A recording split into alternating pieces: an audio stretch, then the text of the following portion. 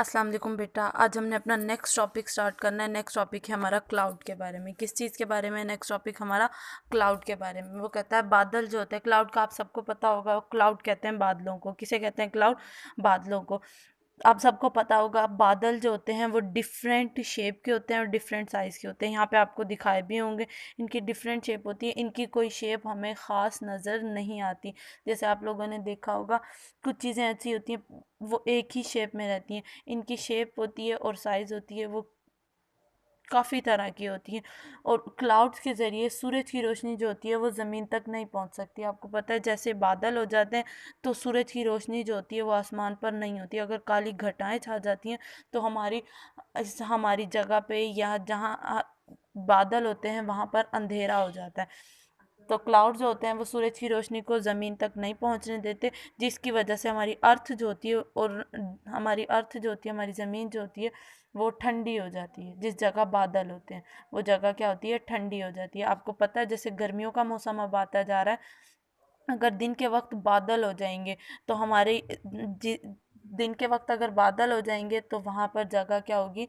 ठंडी हो जाएगी। थोड़ा सा इलाका क्या हो जाएगा? वो ठंडा हो जाएगा। ठीक है। और हम आपको जैसे पता है हवा जो होती है उसमें वाटर वेपर्स मौजूद होते हैं। ठीक है, हमने लास्ट टाइम पढ़ा था ना, लास्ट चैप्टर में आई थिंक ये पढ़ा था हमने वाटर वेपर्स के बारे में।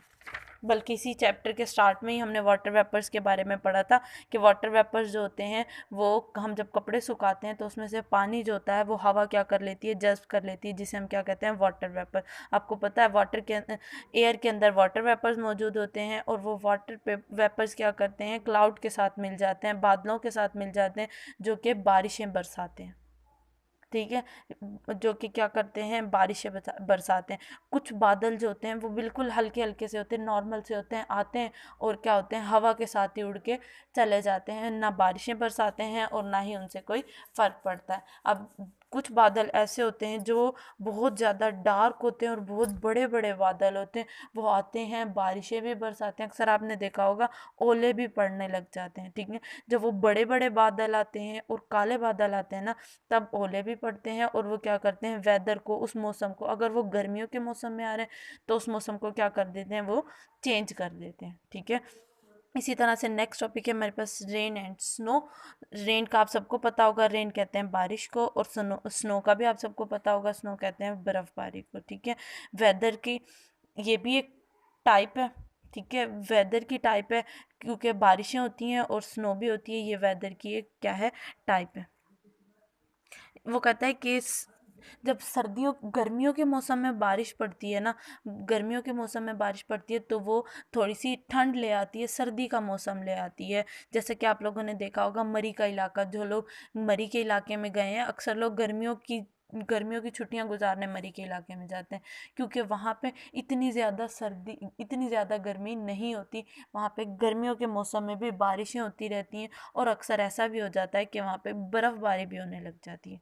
ठीक है, हमारे वेदर को क्या कर देती है? रेन जो होती है वो हमारे वेदर को थोड़ा चेंज कर देती है। और जब सर्दियों के मौसम में बारिशें आती हैं, स्नो होती है, हमारे इलाके में तो स्नो होती नहीं है, लेकिन मरी के इलाकों में जब स्नो होती है, बारिशें आती हैं सर्दी के मौसम में आती है तो वो हमारे उस मौसम को और ज़्यादा ठंडा कर देती है। और ज़्यादा क्या कर देती है? ठंडा कर देती है, जिसकी वजह से सर्दी बहुत ज़्यादा बढ़ जाती है। आप लोगों ने देखा होगा हमारे यहाँ पे सर्दियों का जब मौसम आता है तो सर्दी होती है। ठीक है, और फिर जब बारिशें आने लग जाती हैं तो हमें और ज़्यादा सर्दी लगने लग जाती है। हमारे यहाँ पे स्नो नहीं होती, स्नोफॉल नहीं होती, लेकिन फिर भी हमें बहुत ज़्यादा सर्दी लगती है। लेकिन जिस इलाके में स्नोफॉल्स होती है उस इलाके में सर्दियाँ और भी ज़्यादा हो जाती हैं। ठीक है, नेक्स्ट टॉपिक है स्टॉर्म। स्टॉर्म भी वेदर की एक टाइप है। लास्ट टाइम हमने विंड में भी इसका जिक्र किया था, विंड में भी हमने इसको पढ़ा था।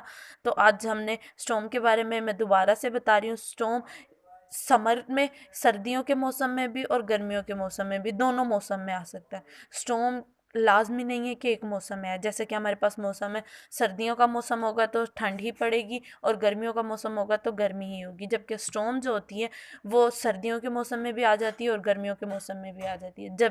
जिस भी मौसम में आती है उस मौसम को चेंज कर देती है।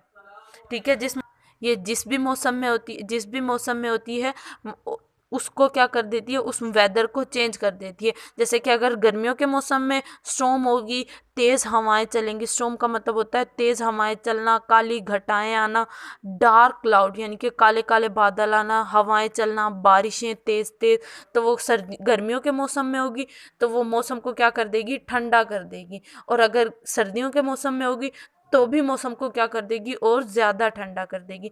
दोनों सिचुएशन में, दोनों जगहों पे मौसम क्या हो रहा है, चेंज हो रहा है। जब स्टॉर्म गर्मियों के मौसम में आ रही है तो मौसम को ठंडा कर रही है, इस तरह भी चेंज हो रहा है। और जब सर्दियों के मौसम में आ रही है तो मौसम को क्या कर रही है, और ज़्यादा ठंडा कर रही है। तो इस तरह से भी क्या हो रहा है, चेंज हो रहा है मौसम। ठीक है, अब यहाँ पे आपको एक ही क्वेश्चन है आज आपका, व्हाट इज मेट्रोलॉजिस्ट। क्या क्वेश्चन है, व्हाट इज मेट्रोलॉजिस्ट। इसका आंसर यहाँ से, scientist who study weather are called metrologist.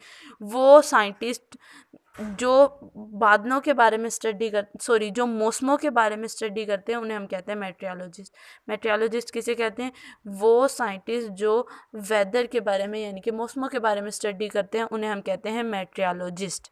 ठीक है, ये था आज आपका टॉपिक। अब इसी चैप्टर की एक्सरसाइज पे देखें, इसी चैप्टर की आज एक्सरसाइज भी कर लेते हैं, हमारा चैप्टर नंबर 5 भी एंड हो जाएगा। नेक्स्ट लेक्चर में हम नेक्स्ट अपना टॉपिक स्टार्ट करेंगे। देखें, पहला आपके पास है the gaseous form of water is called vapours. उसके बाद है which gas do we use to breathe in, oxygen. A fast blowing air is called gale. Cloud are made of water vapours. Which one of the following is a type of weather, storm. ठीक है, ये थे आपके पास MCQs। Next आपके पास वो कहता है fill in the blanks. Fill in the blanks with the help of given word. Fill करना है ब्लैंक्स को गिवन वर्ड की मदद से। तो पहले आपके पास है are living thing use dash to breathe in, oxygen. We know that gas are dash mostly invisible. When the wind blows gently, it is known as a breeze. The changing of dash change the weather, air.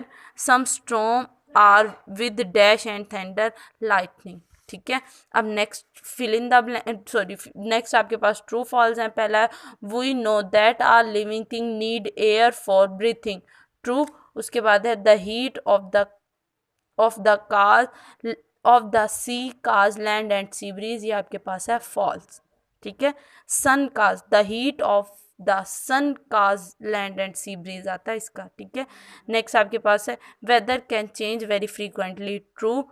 In summer rain is very pleasant and make the weather cooler, true.